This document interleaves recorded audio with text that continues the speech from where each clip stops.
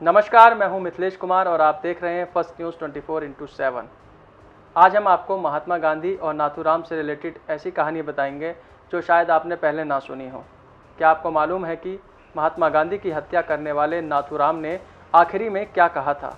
उसने गांधी जी को क्यों मारा था और नाथूराम की पूजा क्यों करते हैं कुछ लोग? इन तमाम सवालों का जवाब इस वीडियो में हम आपको बताएंगे, जो हर एक भारतीय को जानना बेहद ज़रूरी है। लेकिन आपको एक काम करना है, बस इस वीडियो को लास्ट तक देखना है, क्योंकि ये वीडियो काफ़ी इंटरेस्टिंग होने वाला है। दोस्तों, ये बात काफ़ी कम लोगों को ही मालूम है कि 60 साल तक भारत में बैन था नाथूराम का अंतिम भाषण, कि आखिर उसने गांधी जी को क्यों मारा।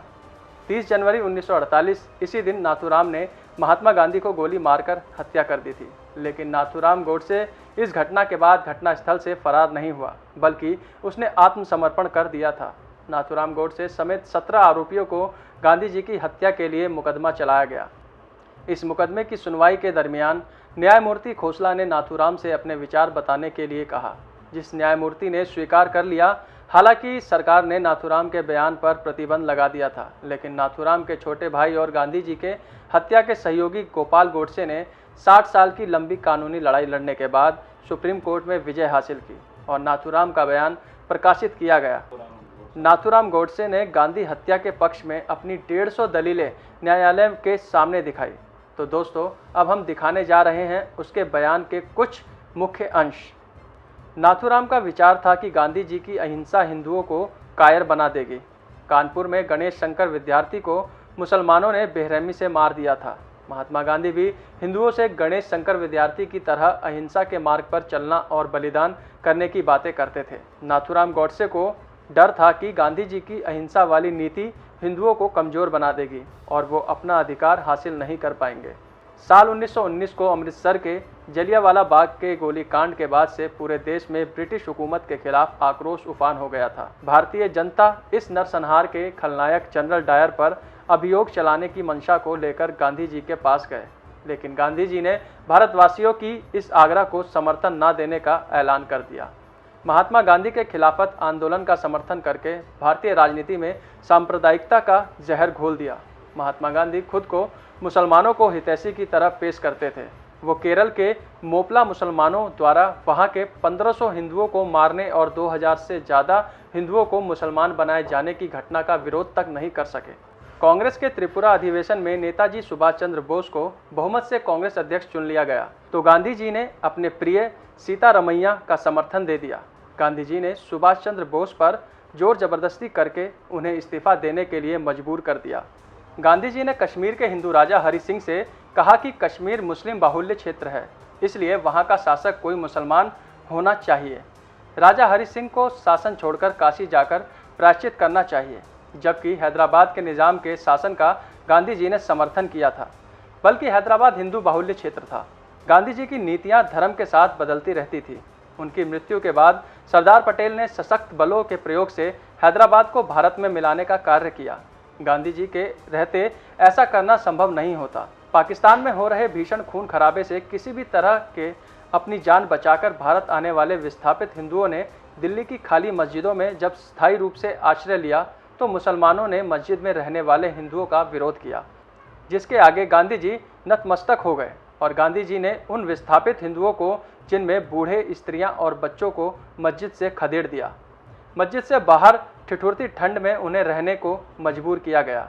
महात्मा गांधी ने दिल्ली में स्थित मंदिर अपनी प्रार्थना सभा के दौरान नमाज पढ़ी, जिसका मंदिर के पुजारी से लेकर तमाम हिंदुओं ने विरोध किया, लेकिन गांधी जी ने इस विरोध को दरकिनार कर दिया। लेकिन महात्मा गांधी एक बार फिर मस्जिद में जाकर गीता का पाठ नहीं कर सके। लाहौर कांग्रेस में वल्लभ भाई पटेल बहुमत से जीत गए, मगर गांधी जी अपनी जिद के कारण ये पद जवाहरलाल नेहरू को दे गए।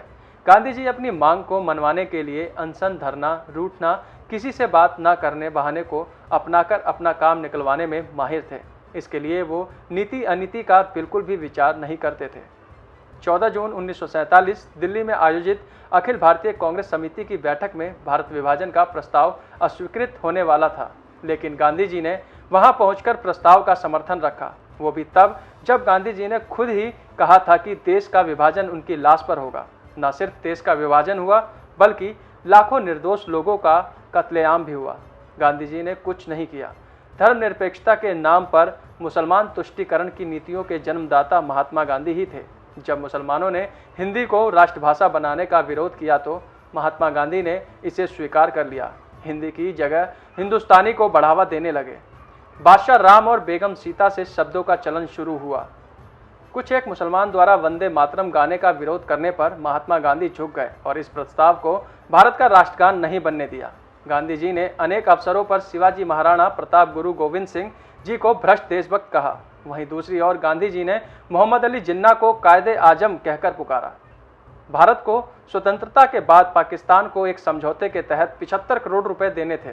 भारत ने 20 करोड़ रुपए दिए, लेकिन इसी बीच 22 अक्टूबर 1947 को पाकिस्तान ने कश्मीर पर आक्रमण कर दिया।